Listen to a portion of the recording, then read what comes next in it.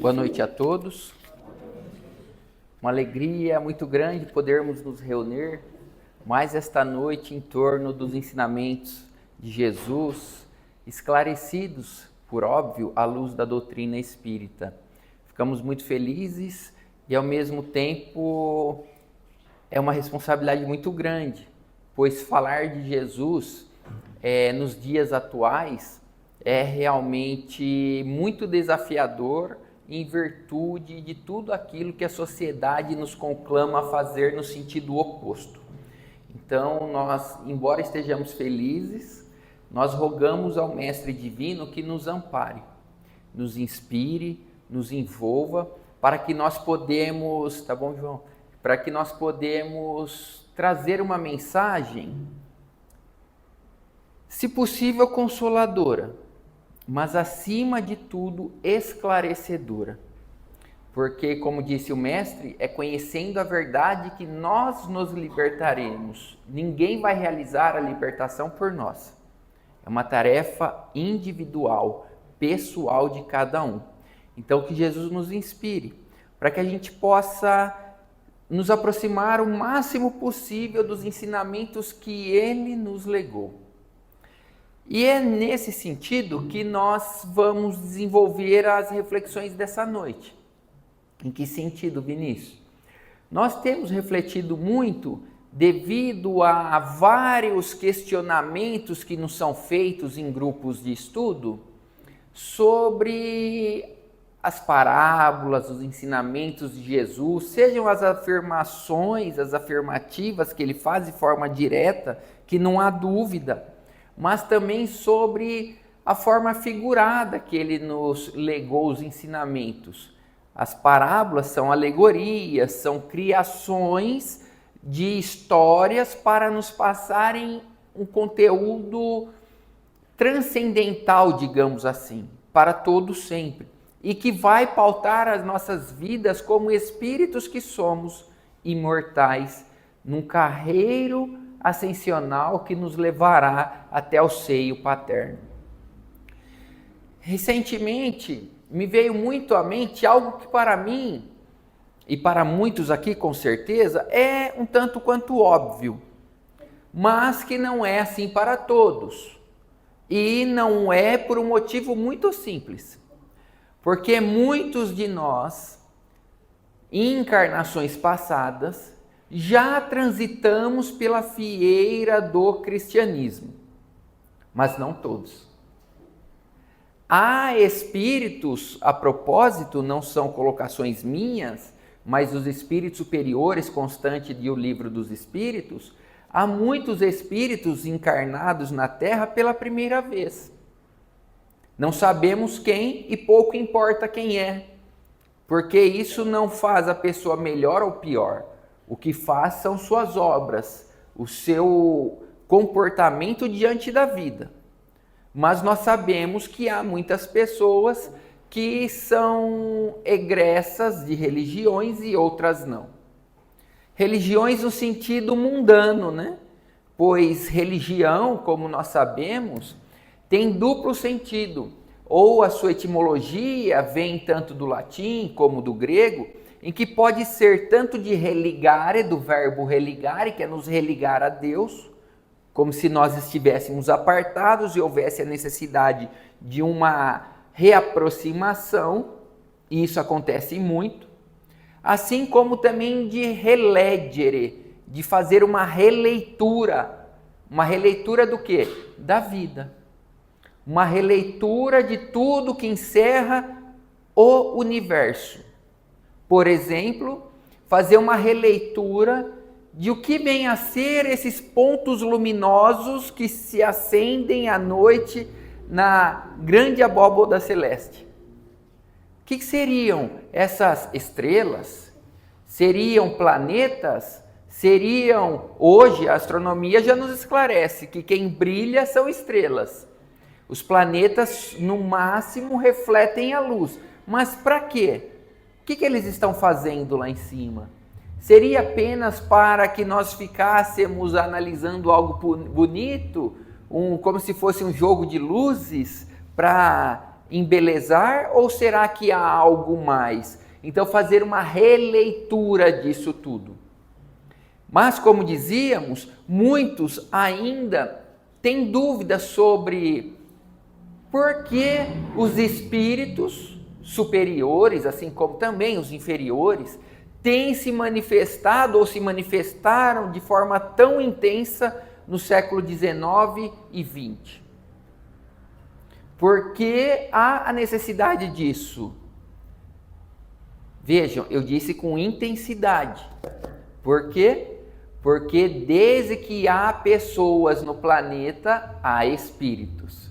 A única diferença de que nós dizemos de pessoas e espíritos é a sua vestimenta, o seu corpo. Eu estou num corpo denso, grosseiro, sem o qual eu não evoluo. Mas há espíritos nos rodeando que estão num corpo sutil, que nós chamamos de perispírito. E aí estão, e nos influenciam.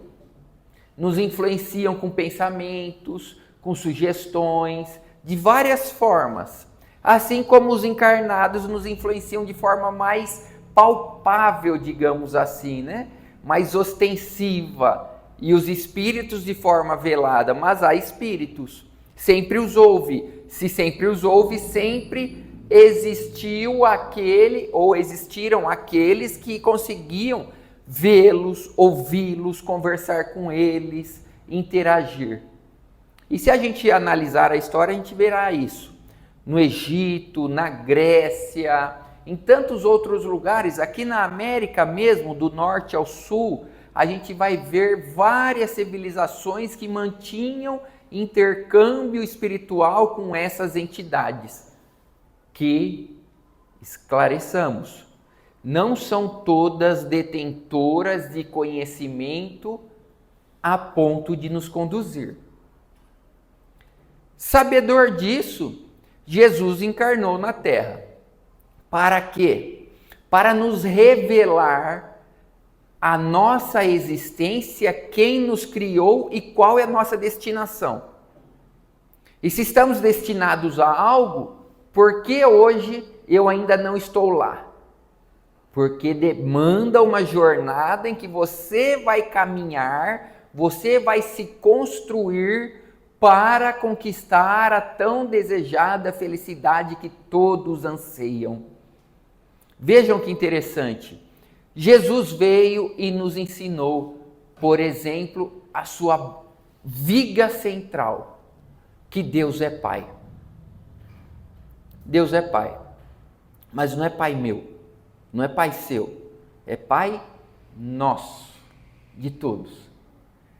E a gente fica se questionando, por que ele fez tanta questão de chamar Deus, o Criador, de Pai? Por óbvio, para que nós nos vejamos como irmãos, rompendo assim aquela ideia de que meu irmão é só quem é da minha seita. Meu irmão é só para aqueles que pensam e comungam como eu, ou comigo. Meu irmão é aquele que nasceu da minha linha genética ascendente ou descendente. Vejam que interessante. Jesus já vem e diz assim, Deus é Pai. E é Pai de todos. De todos. Inclusive daqueles que você, porventura, reputa que sejam pessoas desprovidas de moral, para não utilizarmos termos chulos, né? Pessoas maldosas, pessoas ruins. Sabe aquele assassino, aquele pedófilo, aquele que usurpa os bens públicos, aqueles tiranos, são seus irmãos. E o que isso deve influenciar a minha vida? Se é teu irmão, você tem que aprender a amá-lo. E se você ama, como disse Jesus, você tem que orar por ele. Pois através da oração nós conseguimos aquilo que chamamos de milagres, uma transformação. Mas isso é importante também. Orar não é soletrar, pronunciar palavras. É sentir, é se envolver com algo, a ponto de você mover montanhas, não físicas, mas montanhas de pensamentos ruins e tendências vingativas, de indiferença, questões que nos transformam em seres muitas vezes mais animalescos do que espirituais. Mover montanhas e dificuldades para deixar brotar do seu sentimento algo puro, nobre, para envolver a pessoa.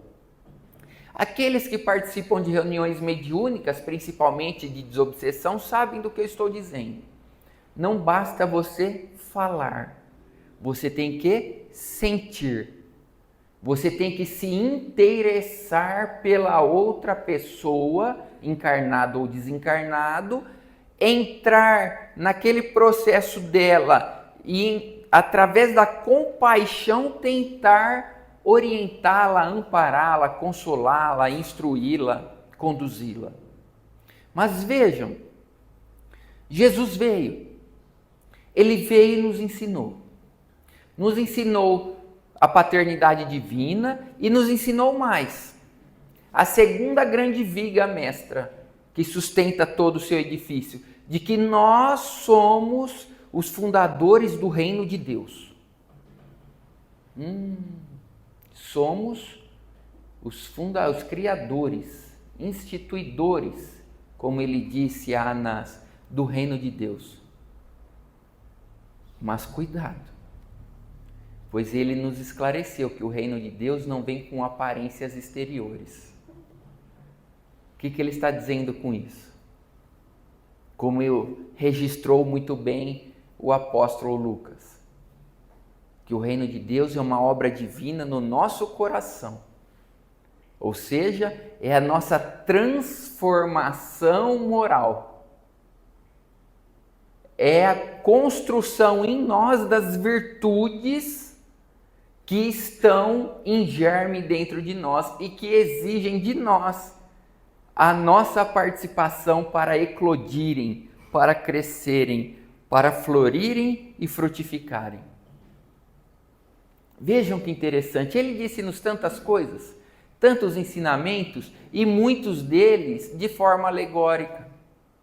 Daí a necessidade dos espíritos superiores virem nos esclarecer. 627 de O Livro dos Espíritos.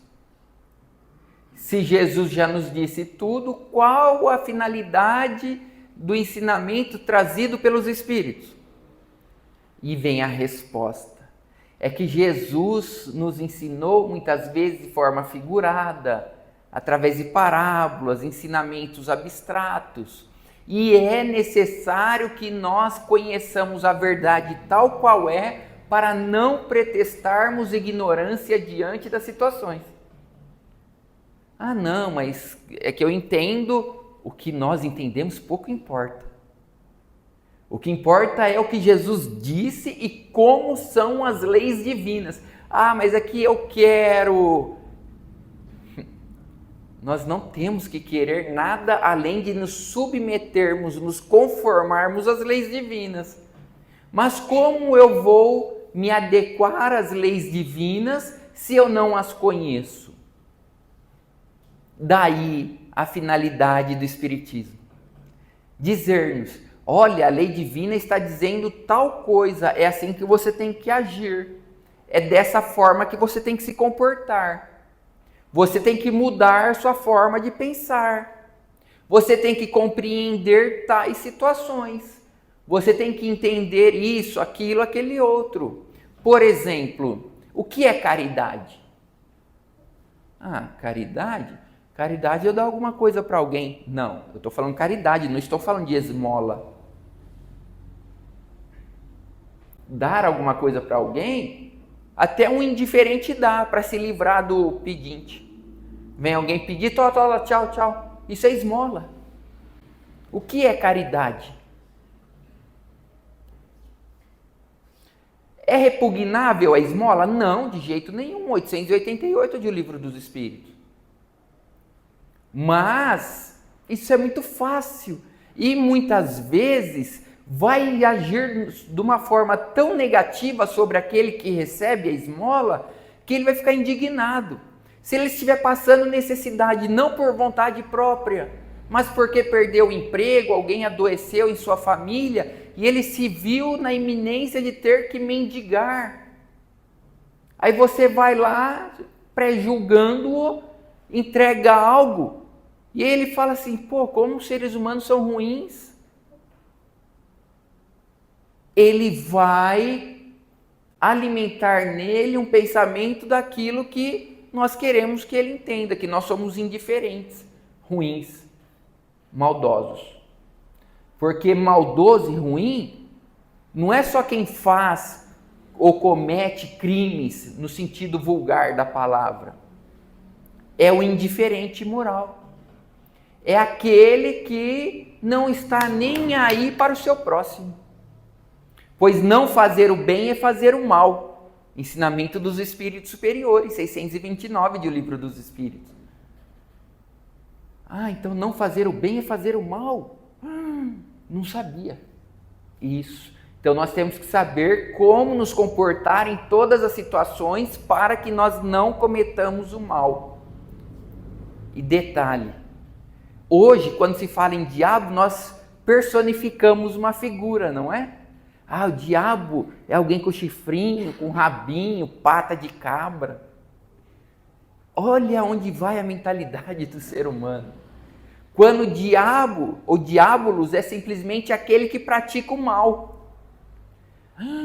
Então se eu não estou fazendo bem, eu sou o diabo? É. Ou você faz o bem ou você faz o mal. Não fez o bem, diabo. Que interessante. Ah, daí então a importância de nós compreendermos e nos aprofundarmos no estudo dos ensinamentos de Jesus? Sim. Mas como compreender as parábolas se durante séculos e séculos as pessoas tentaram interpretá-las e cada um fala uma coisa, muitas vezes em sentidos opostos? Simples. Porque muitos deles interpretaram sem uma chave interpretativa, que é da espiritualidade do ser humano. Nós somos espíritos. Nós somos espíritos. Se você não compreender que você é um espírito, você vai ler as parábolas e vai fazer interpretações equívocas, errôneas. Agora, se você conhece o fato de que você é um espírito, em outras palavras, que você pré-existia à atual encarnação e vai sobreviver à atual encarnação, você vai começar a entender: ah, então o reino de Deus é uma obra que não se realiza em uma encarnação. Não.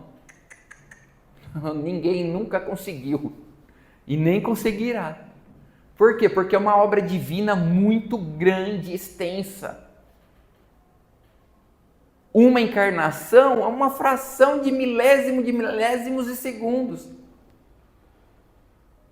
Afinal de contas, se você é imortal e já existia, o que são alguns anos, algumas décadas, um século? Nada. Não é nada diante da eternidade do tempo.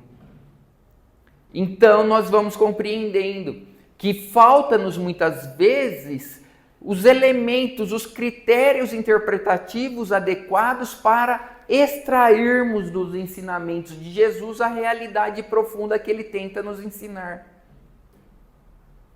Feita essa pequena e breve introdução, nós vamos trabalhar hoje uma parábola. A parábola constante do capítulo 20 do Evangelho segundo Mateus.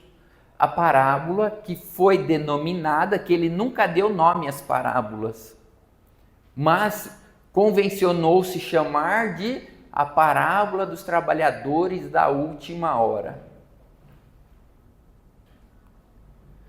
Tem a razão pela qual deram esse nome à parábola, como nós veremos.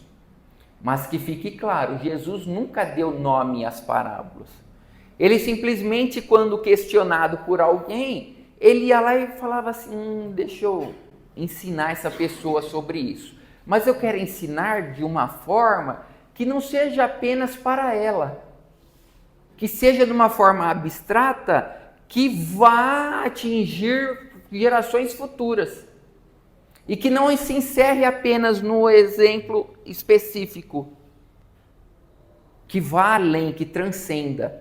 Por exemplo, do bom samaritano, a parábola do bom samaritano.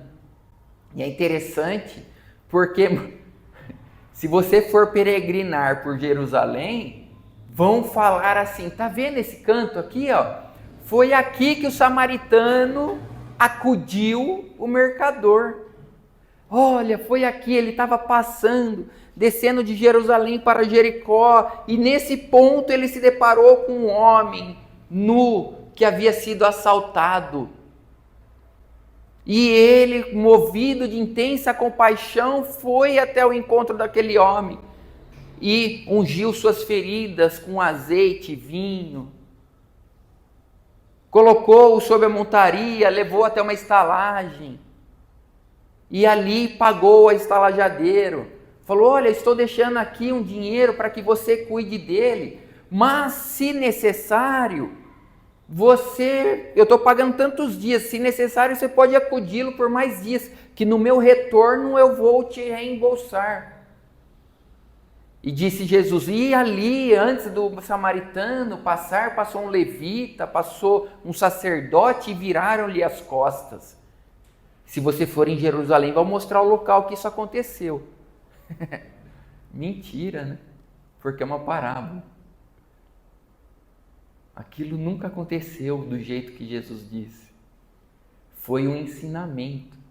Quando uma pessoa lhe perguntou, Senhor, qual o maior mandamento? Amar o próximo, amar a Deus sobre todas as coisas, próximo como a ti mesmo. Quem é meu próximo? Quem é meu próximo? O que descende do meu sangue? O que compartilha comigo de uma seita religiosa? Num agrupamento político? De uma ideologia determinada? Não.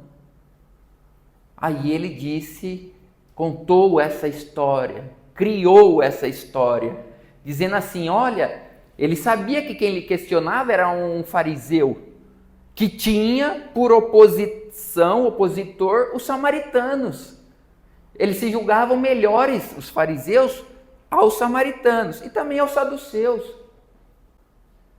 O sacerdote era um fariseu, né? O levita, um fariseu. Não é que era uma personagem específica. O sacerdote era uma denominação específica do farisaísmo, assim como os levitas. E pessoas incumbidas dos textos sagrados. Incumbidas do estudo, aprimoramento, reflexão e divulgação dos textos sagrados. Aí Jesus está dizendo assim, tá vendo? Ó, muitos dizem que são religiosos, mas não são. Por quê? Porque viram as costas ao necessitado. Meu Deus, então não posso virar as costas. Não, você não vai salvar o mundo, né? Não coloque um sobrepeso nas suas costas. Você não tem que sair por aí querendo salvar o mundo. Senão você vai cair em fascinação, que é o grau mais intenso da obsessão. Porque a pessoa perde o discernimento. É pior do que a subjugação. Embora muitos não compreendam isso, né? Porque a subjugação é quando você perde as forças físicas. Mas você ainda mantém o discernimento. Na subjugação, muitas vezes você é levado a fazer comportamentos físicos que a sua mente está querendo fazer o oposto. Kardec dá um exemplo muito interessante de um senhor que está numa praça, vê uma jovem donzela linda, formosa fisicamente, passando, e ele se prostra de joelhos diante dela e lhe pede em casamento. E na sua mente ele está falando assim, meu Deus, eu não quero fazer isso, e está fazendo, como uma marionete. Por quê? Subjugação física e moral. Mas por que moral? Porque ele está falando, não só agindo. Mas na sua mente ele não queria fazer aquilo. Ele não queria mesmo. Era algo que ele estava fazendo automaticamente, mas consciente de que não era para fazer aquilo. Subjugação física e moral. Mas não perdeu o discernimento. Ele só não conseguia se opor ao espírito. Vejam que interessante. Então a gente vai analisando, cuidado, não acha que você vai salvar o mundo, não ache isso. Você não vai. Mas você pode se transformar e atender as pessoas com carinho. Alguém veio, que nem hoje de manhã estávamos fazendo palestra numa casa em Araraquara, no que estacionamos o carro parou um senhor vendendo guardanapo. Eu sorri para ele, como o senhor se chama? Ele falou o nome. Eu falei assim, como o senhor está aqui apoiado no meu carro, olha no banco de trás ali. Aí ele olhou, mas o meu é diferente. Eu tinha comprado guardanapos, um jogo, com 4 guardanapos enroladinhos, assim, parecendo canelone.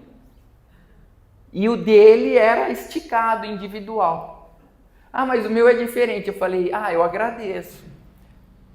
Desejo que o senhor venda tudo, mas hoje eu não vou lhe comprar nenhum. Não vou comprar. Porque se eu sair comprando de todo mundo que eu vou ter que mendigar. Quem vai mendigar sou eu, né? E não é feio, não é contra a caridade você falar não. Contra a caridade é você reagir de forma agressiva, ácida, mas de forma educada, carinhosa. Não educada formalmente, mas de fato carinhosa, você está sendo cristão. Por exemplo, Jesus não curou todas as pessoas que se relacionaram com ele. Não curou. Por exemplo, Miriam, que traduzido em português é Maria. Uma jovem que cantava maravilhosamente bem, inteligente, e que ficou paralítica na juventude.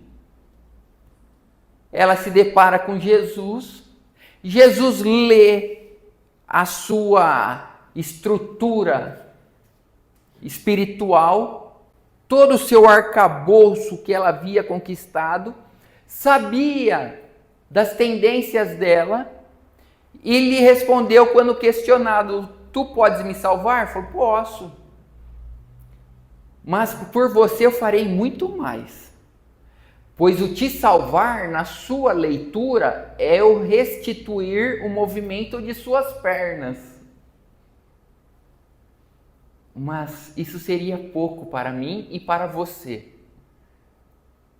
Eu vou fazer muito mais por você, Maria. E nunca lhe restituiu as pernas físicas daquele corpo. Os anos foram se sucedendo, passando ano a ano. E ela nunca esqueceu o olhar dúlcido e amoroso de Jesus. E diante das dificuldades, ela se lembrava que Jesus havia prometido que por ela faria muito mais.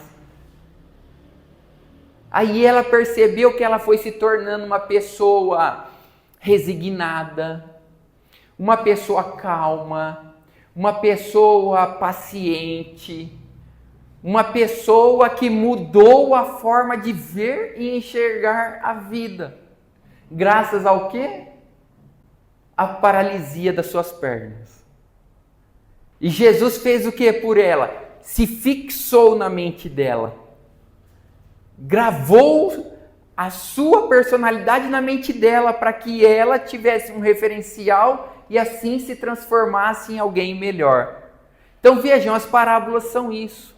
São ensinamentos figurados que não acontecem necessariamente. Outros fatos, como o de Maria, aconteceram, mas a do bom samaritano não.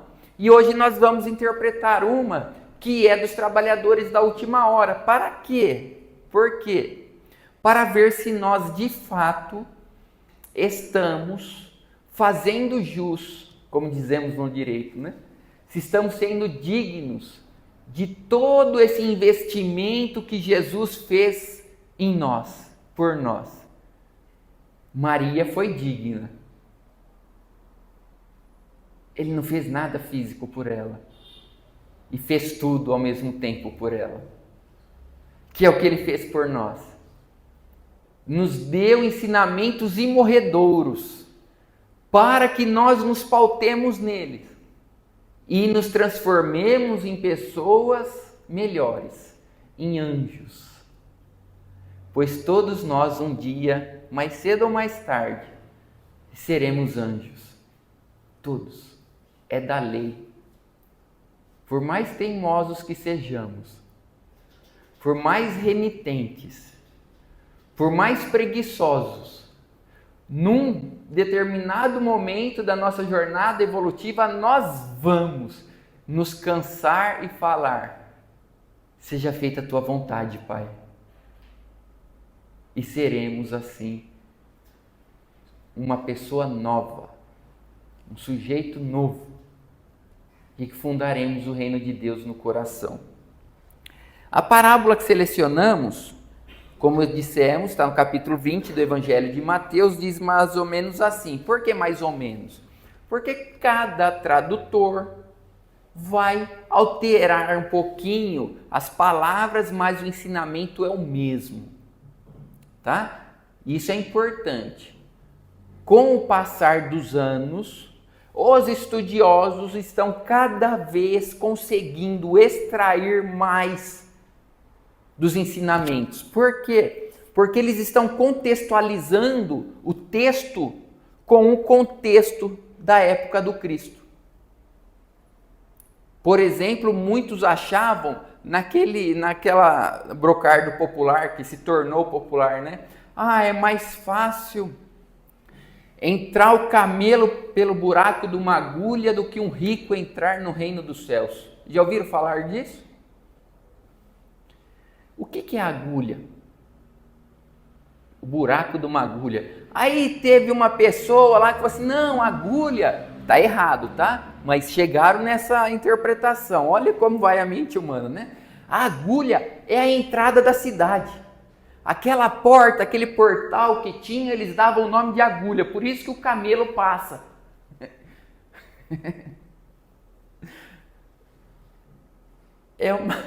É uma alegoria que Jesus está dizendo. Mas passar um camelo pelo buraco de uma agulha de costura, não são essas pequenininhas de hoje, né? É estranho. Aí descobriu-se que, bem provavelmente, ainda não fecharam, tá? A questão. Bem provavelmente é que os cabos, as linhas eram feitas de pelo de camelo. E de fato tinha cabos, linhas que eram feitas de pelo de camelo, com resina. Mas não dá para saber disso. Então o que a gente tem que se apegar? A essência do ensinamento. Olha, ele não disse que um rico não entra no reino dos céus, que é difícil. Por quê? Só porque é rico? Paremos e pensemos. Por que seria difícil para um rico entrar no reino dos céus?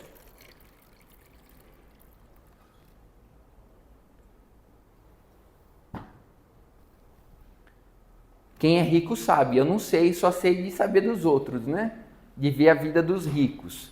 Quem é rico aqui vai saber. As tentações aqui está exposto. O pobre tem a tentação de comer muito? Tem, mas vai comer muito? Ele não tem dinheiro, né? Agora o rico vai. Ele vai cair em tentação e vai se chafurdar, né? Vai, não é? Vai comer muito, vai desencarnar antes da hora, suicida. Suicida. O rico, hoje eu não quero trabalhar. O que ele faz? Não vai trabalhar. Tem dinheiro mesmo, eu pago para alguém fazer. Sou rico. E o pobre? Vai ter que trabalhar, né? O pobre já está com duas vantagens em relação ao rico. O rico, hoje eu vou ficar 3 horas no salão de beleza, vou fazer sauna, vou viajar. E o pobre? Eu tenho que trabalhar para sustentar meus filhos, né? Mais uma vantagem de ser pobre. Mas a sociedade ensina isso pra gente? Ou ensina que legal, fashion é você ficar no salão de beleza viajando?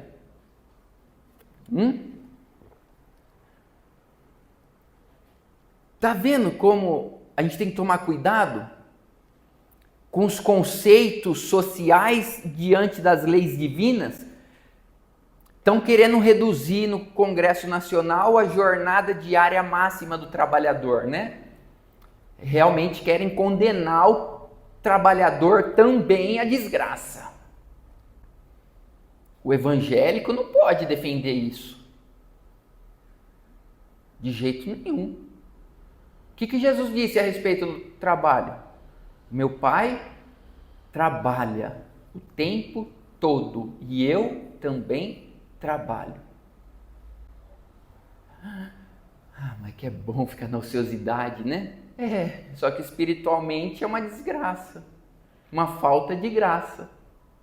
Você vai se lançar nas zonas inferiores. Mas por que eu não trabalho? Porque você nasceu para trabalhar. Não só através das mãos. Por exemplo, o que a gente está fazendo aqui agora? Estamos trabalhando. A mente. Para quê? Aprendermos a discernir.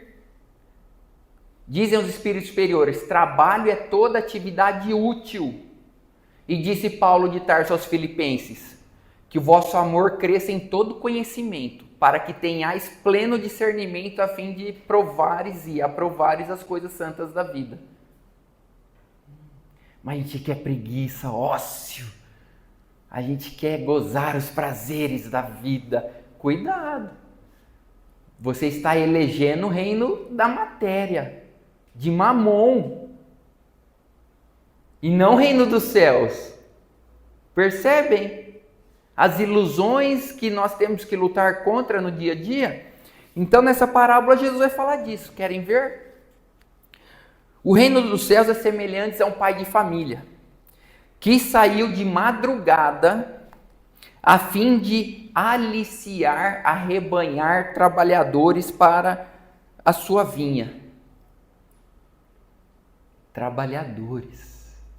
Quem é o pai de família que Jesus está dizendo? Vamos lá, gente, vamos trabalhar. Quem é o pai de família?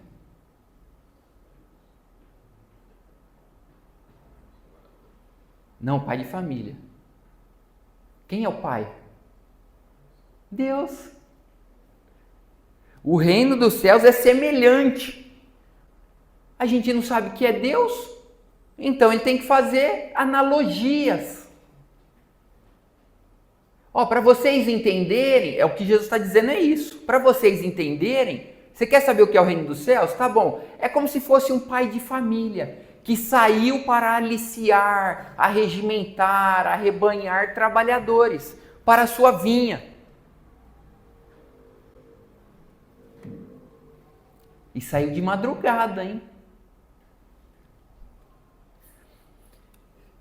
Tendo acertado com os trabalhadores que eles teriam uma moeda por sua jornada, vocês vão trabalhar lá na minha vinha, vocês vão ganhar uma moeda, tá? Porque uma moeda era a unidade monetária que remunerava um dia de trabalho. Daí jornada, de dia. Lembra quem é um pouquinho mais velho, né? O jornal. O que é o jornal? Diário. O jornal, aquilo que é falar o que aconteceu. Antigamente no dia anterior, né? Porque ia para a gráfica, até rodar, chegar na sua cidade. Então, o reino dos céus é semelhante a um pai que saiu de madrugada arrebanhando trabalhadores para sua vinha e combinou com eles. No final do dia eu vou dar um jornal para vocês, uma moeda. E continua. E enviou-os à vinha. Saiu ainda na 3ª hora. Quer dizer, ele saiu de madrugada, aí depois saiu na 3ª hora do dia, e tendo visto outros que estavam na praça sem fazer nada, disse-lhes: ide vós também, vós outros, para a minha vinha, e eu vos darei o que for razoável. Lembra que eu falei que muitas vezes a pessoa está pedindo esmola para você porque ela não tinha trabalho? É o que a parábola está dizendo aqui, ó. O dono da vinha saiu para arrebanhar as pessoas. Vai lá trabalhar que eu vou te pagar. Só que cuidado, lembra que eu falei que o sentido é espiritual? Eu não falei isso no começo? Que a interpretação é do ponto de vista espiritual? A sua remuneração é a sua virtude, que ninguém vai tomar. Que ninguém vai tomar, se você conquistá-la. Aí continua. Saiu ainda na 6ª e na 9ª hora do dia, e fez a mesma coisa. Então vamos pensar. Chamou alguns, eles estavam lá trabalhando. Saiu 3 horas depois, chamou outros. Foram trabalhar também. Saiu depois de mais 3 horas, chamou outros. Os primeiros já estão trabalhando. Aí vem os segundos, estão trabalhando. Aí vem os terceiros, aí os quartos. O quarto grupo. Imagina, o trabalho está quase feito, né? Chegou no final, né? Trabalhadores da última hora. Calma que a gente vai entender. E tendo saído na 11ª hora, encontrou outros que estavam sem fazer nada e lhes disse: por que permaneceis aí durante o dia todo sem trabalhar? Por que vocês ficaram parados o dia todo? A resposta: disseram-lhe, porque ninguém nos aliciou. E ele lhes disse: ide vós também, vós outros, para a minha vinha.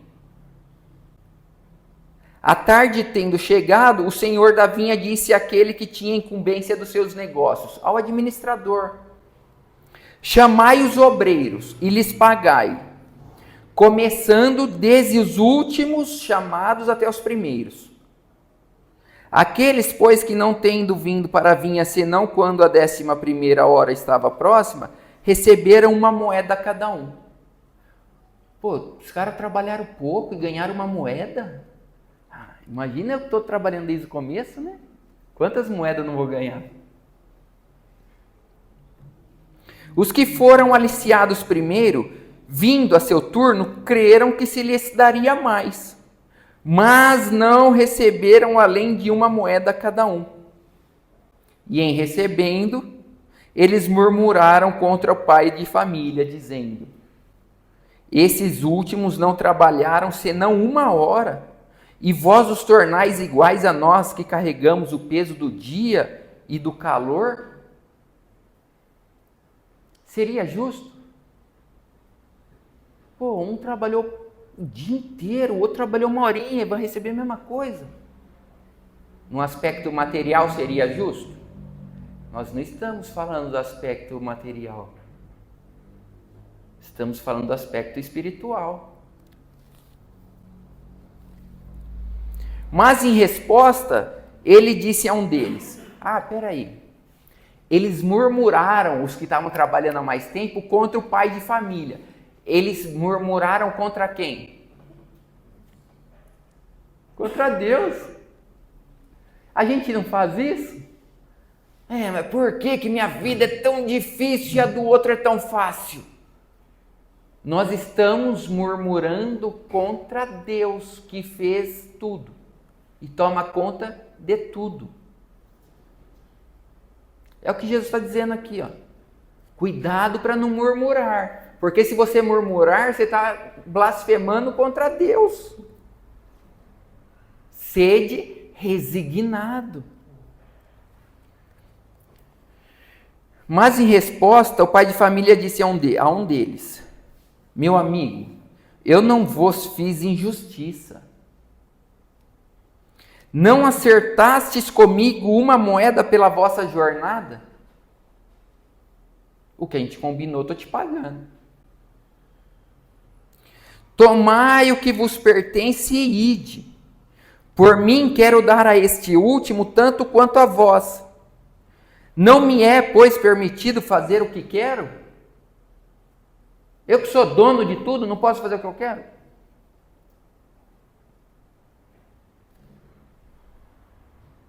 Jesus falando em relação a Deus, né? E o vosso olho é mau, porque eu sou bom? Quem tem um irmão ou mais sabe do que eu estou falando, né? Pai, para ele você deu isso, né? Pai, não é justo, né? E eu tenho aqueles pais que me procuram e falam assim: ah, Vinícius, quando eu dou R$50 para um, eu dou para todos. Eu falo, tá errado, né? Tá errado. Não, mas que eu sou justo. Não. Justo é dar de acordo com a necessidade. Por que você deu para um? Porque ele necessitava. Os outros estão necessitando? Não, mas então não tem que dar. Olha o que o estudo, o intelecto desenvolvido nos ensina. A cada um segundo as suas necessidades. E não aos seus caprichos. Quando ele dá para quem não precisa, ele está satisfazendo caprichos dos outros. Ou seja, está mimando os outros. É certo o pai mimar o filho? Então vejam. E conclui Jesus: assim os últimos serão os primeiros, e os primeiros serão os últimos, porque há muitos chamados e poucos escolhidos. Agora deu um nó na minha cabeça, né? Por quê? Porque ele pagou todo mundo, sendo que um trabalhou mais do que os outros. Vamos analisar. Você encarnou e viveu até 100 anos. Eu encarnei e vivi até os 50. Ambos desencarnaram. Quem trabalhou mais? No aspecto físico, que viveu 100 anos, né? Ficou mais tempo na matéria. Quem aproveitou melhor o tempo? Quem foi lá, mergulhou em si mesmo, viu: eu sou egoísta, vou lutar contra isso. Eu sou orgulhoso, vou me tornar humilde. Eu sou avarento, eu vou desenvolver o desapego. Eu sou invejoso, eu vou desenvolver a gratidão. Eu sou ciumento, eu vou desenvolver o equilíbrio. Vocês estão vendo o que são as horas dos trabalhadores? Mas peraí, a vinha, esqueci disso. O que é a vinha? A vinha é o planeta Terra. Deus está nos arrebanhando para virmos trabalhar na Terra, a fim de desenvolvermos as virtudes e ao sairmos daqui, se tivermos desenvolvido, mas eu demorei 100 anos, não tem problema. E o outro? Mas o outro foi em 10, tudo bem, você desenvolveu? Ele também? Parabéns a ambos. O outro demorou 120 anos, não tem problema. Ele também desenvolveu. Então, qual que é a vantagem em eu desenvolver mais rápido? Você vai sofrer menos. Você não vai ter dor de... Alguém aqui já teve dor de dente? O espírito não tem dor de dente. O encarnado tem. Alguém aqui já teve unha encravada?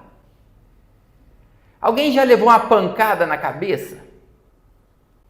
Alguém já caiu e se esborrachou? É gostoso ou dói? O espírito não tem isso. Alguém aqui já passou frio? Aqui é difícil, né? Mas passa, não passa? Passou frio, assim, fica tremendo, quase tendo uma hipotermia. O espírito não, ele vai para a Antártida, vai para onde ele quiser, entra na água, respira lá dentro, porque ele não respira, né? Passa no meio do fogo. Olha que maravilha! Vai você passar no fogo com esse seu corpo aí. Tá vendo qual a vantagem de você progredir mais rápido? Nossa, eu tive um trabalho extenuante, hoje meu corpo tá doendo, nervo ciático, tá doendo, cotovelo, tô com artrite, Nossa Senhora! O espírito não tem isso. Você só tem isso porque você está encarnado. E você está encarnado porque você ainda não desenvolveu a virtude do trabalho. Com desapego, desinteresse. 893 e o Livro dos Espíritos. Qual a mais meritória das virtudes? Qual será que é? Quer dizer que virtude não é uma? Não. A inteligência é uma virtude. A humildade é outra. O desapego é outra. A boa administração, a capacidade de administrar é outra. Qual mais? A indulgência. A caridade.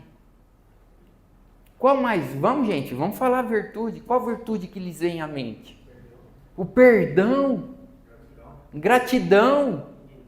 Humildade. Olha, cada um desenvolveu uma. Qual a mais meritória? Todas têm o seu mérito.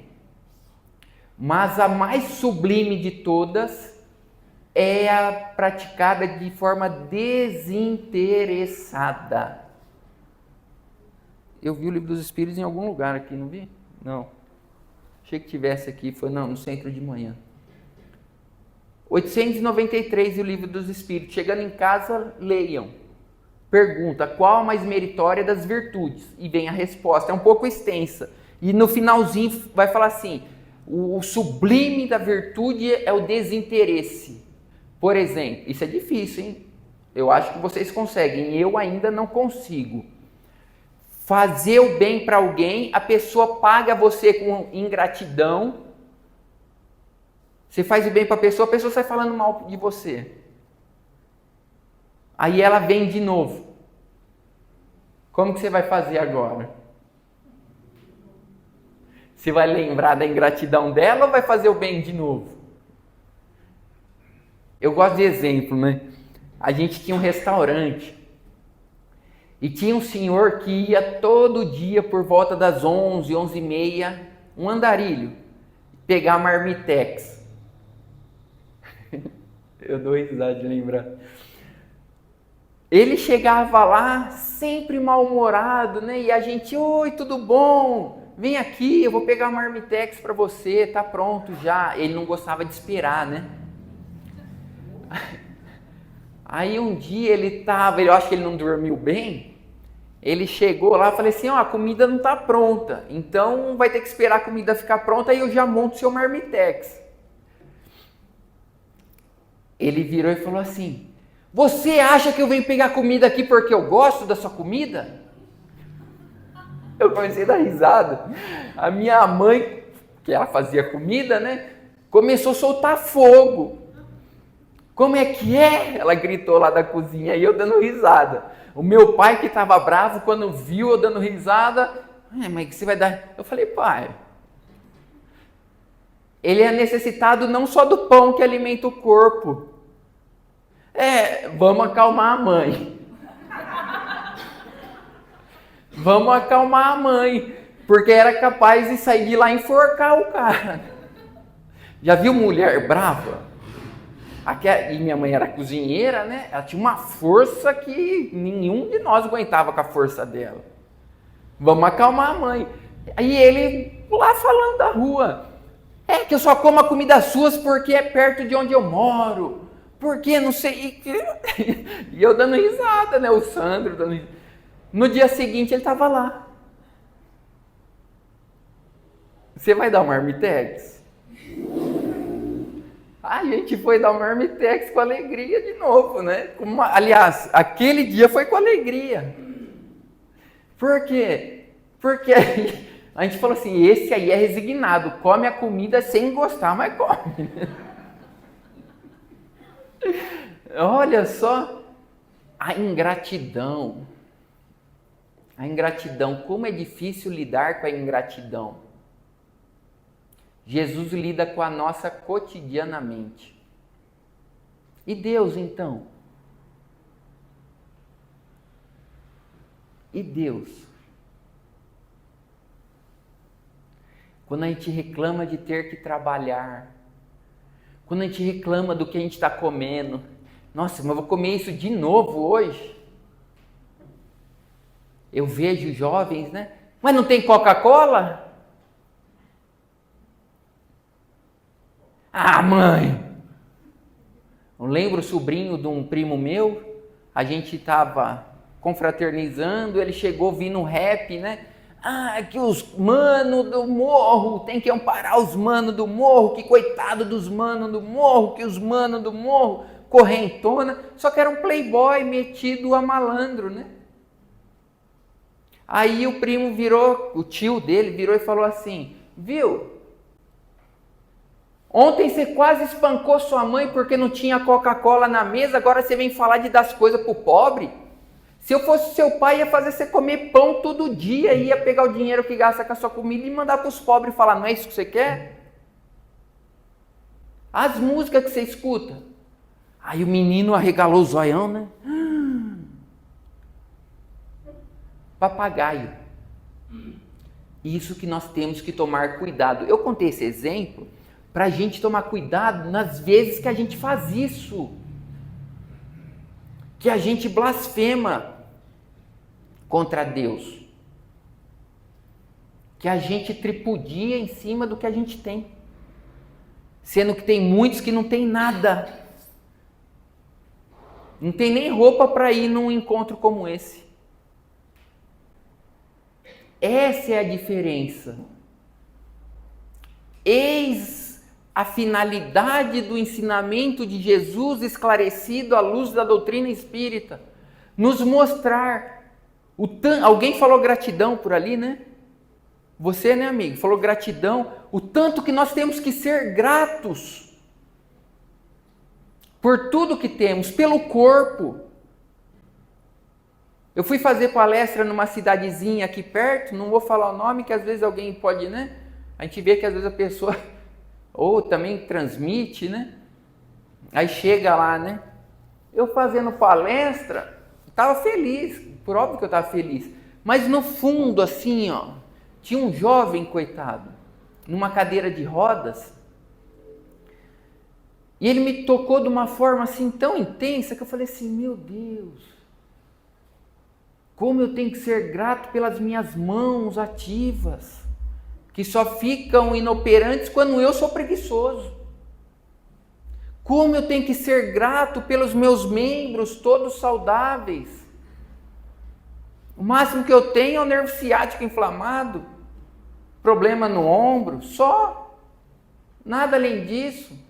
Aquele jovem até para ir ao banheiro precisa de ajuda, para se alimentar.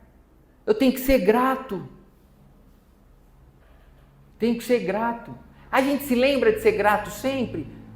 Infelizmente ainda não. Mas vai chegar o dia que a nossa vida será um hino de louvor a Deus. Vai ser. Quando? Quando nós começarmos hoje a nos esforçarmos por sermos gratos. Aí em um determinado momento a gratidão vai fazer parte de nós. Hoje eu ainda estava me questionando, eu e a Michelle estávamos transitando aqui pela cidade, que a gente chegou mais cedo, o tanto de igreja evangélica, né? Graças a Deus. E eu me lembrei de Chico. O movimento espírita hoje só é amplo no Brasil como é, graças a Francisco Cândido Xavier, que só veio para cá graças aos pioneiros, né? Bezerra de Menezes e tantos outros, enfim, um monte. Que vai atraindo. Um anjo atrai outros. Que fala assim, se ele está trabalhando, eu vou lá ajudar. E vieram. Aí eu fiquei pensando assim, nossa, em 98, quando eu fui visitar Chico, lá em Uberaba, eu falei assim, meu Deus, tanta gente, né? Por que aquele homem conseguia fazer tudo o que fez? E a gente vai em busca das respostas. Aí a gente vai percebendo, porque esse livro aqui, ó, o Evangelho segundo o Espiritismo, ele lia de ponta a ponta a cada 3, quase 4 meses. De 3 a 4 meses, a depender da intensidade das suas atividades. Ele passou a vivenciar isto aqui. Aí brilhou, acendeu a luz. Não precisava de luz de mais ninguém. E quando brilha, ó, as mariposas.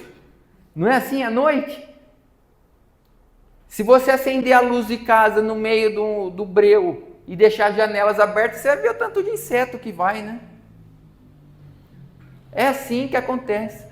Por isso que as pessoas ainda não compreenderam porque Jesus pregava para multidões. Ah, mas na época de Jesus, na Galileia, não tinha. Tinha porque ele atraía. Da Fenícia, de tantos lugares. Se Chico já fez um monte, né? Imagina o Cristo. Da Idumeia, imagina. Como a notícia corre, até os paralíticos começaram a correr, né? Os leprosos, começou e pregava para multidões. Imagine na hora que nós nos transformarmos, que nós cumprirmos a recomendação do Cristo, brilhe a vossa luz. Aí a história é outra. Mas para ela brilhar, você tem que, queimar o suor, né? Assim como a lâmpada exige energia elétrica, a vela, o pavio, nós temos que nos doar para que a luz brilhe. Temos que fazer. Então a proposta da nossa noite era essa: nos conclamar a estudar, nos aprofundar, mas não apenas nos livros para que a nossa vida se torne um livro do Evangelho, para que nós consigamos brilhar a nossa luz e assim nós sermos trabalhadores de Deus.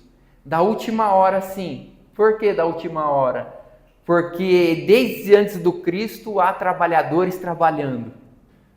Os profetas, os apóstolos após o Cristo,